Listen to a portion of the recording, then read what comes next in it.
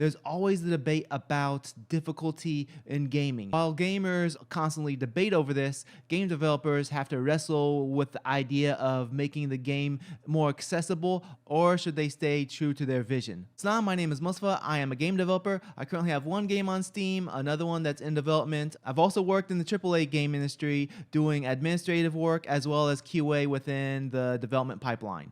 So why does difficulty in games matter? First of all, we have to understand that humans enjoy learning. Those of you who don't like school might think this is ridiculous, but it's actually true. When we enjoy a topic, we love to learn more about that topic. And also, we love to learn through engagement as well. The act of learning is fun when people like the topic. If you don't enjoy learning, it's either because the topic is not interesting or the teacher's doing a bad job getting you engaged. Difficulty in games forces the players to engage with the game's mechanics, which is a key part of the enjoyment of learning the game. In addition to learning, humans love victory.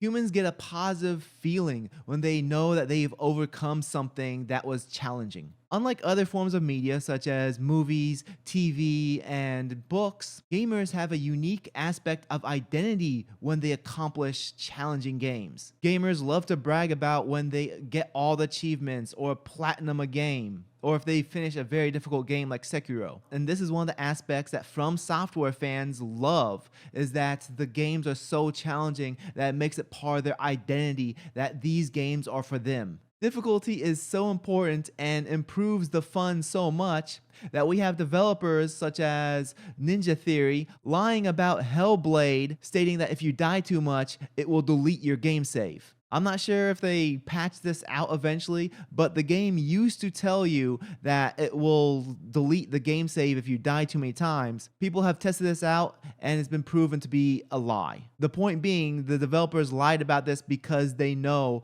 it will get people more excited about the game. Though difficulty can be important, there are functions that can alter the experience in a negative way that are difficult but don't affect the challenge. For example, if the systems are not streamlined well enough. We've seen systems in games that become streamlined over time. For example, in Monster Hunter World and Monster Hunter Wilds, the systems become streamlined so it's more accessible for players. The games themselves stay difficult, but the accessibility is improved and it leads to an overall better experience for new players. In addition to that, game designers have to think about people with handicaps, such as allowing button remapping for people who can't use their fingers properly or are missing fingers or don't even have fingers, colorblind mode, as well as other features that help people with physical handicaps. When it comes to challenge in gaming, there's a difference between indie games and AAA games. First of all, AAA games have a larger budget,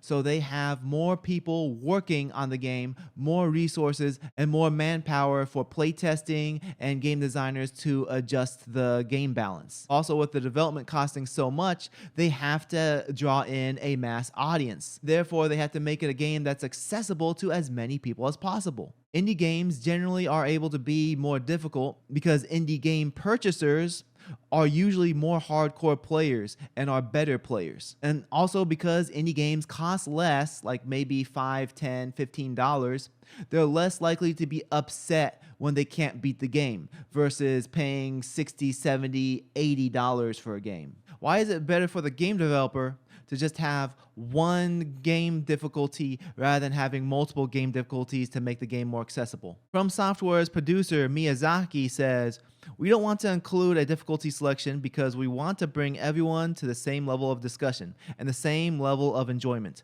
So we want everyone to first face the challenge and to overcome it in the same way that suits them as a player. We feel if there's different difficulties, that's going to segment and fragment the user base. People will have different experiences based on that differing difficulty level." While what he says is true about fostering a community through the sense of identity of working on the game together, I don't agree that this is the primary reason why a game developer would want to make just one difficulty. Working on game balance takes lots of time and effort. For example, let's take a look at my first Steam game, Nexus Defenders. It's a narrative-driven tower defense game, and through trial and error, I had to manually set every wave of attack that comes from the enemy's end. Every time I made changes to the enemy's HP, the speed of the enemy, how many enemies come in, the bonus money that you get after clearing a wave, I had to play through the entire level all over again from the beginning. Once I set to a difficulty that I feel like was just right for me, I'd have to make the level even easier because I played the game so much that I got really good at it and I was better than the average player that was playing my game. And whenever I had playtesting, I'd have to get a fresh new set of playtesters who weren't good at the game so that I can test, is this a good difficulty for someone experiencing the level for their first time? I didn't want to test it against someone who became an expert at the game. This was the most time-consuming thing about the game. So when a developer focuses on only one difficulty, they're able to put all their time and resources into that one difficulty. They're able to design towards that vision they have for the game. When you have multiple difficulties, those different difficulties can vary as far as having more HP for the player, more HP for the enemies. The enemies are slightly faster. There are more enemies. The enemies might have a smarter AI or a less forgiving AI. And anytime you have those multiple difficulties, then you have to have those difficulties tested to see if any of the variables break the game. Shifting those variables one way or other can make it too difficult or too easy. Also leaves room for exploits and edge cases. This is even more so with games that have customizable difficulty. For example, in Dishonored, you have customizable difficulty. It basically gives you a list of all the different variables and you're able to adjust them to customize what's difficult about the game for you. This either results in the developers putting even more time and resources on testing and figuring out if this breaks anything, or you have to say, we give up and we're not going to really care too much as long as it doesn't completely break the game. Speaking of exploits and breaking the game, that's another thing that game designers have to account for, is when the player decides to exploit certain mechanics to make the game even easier. For example, a feature that a lot of Souls fans have been debating over is whether the game should pause or not. People have been able to find exploits to pause. And at that point, the developers need to consider,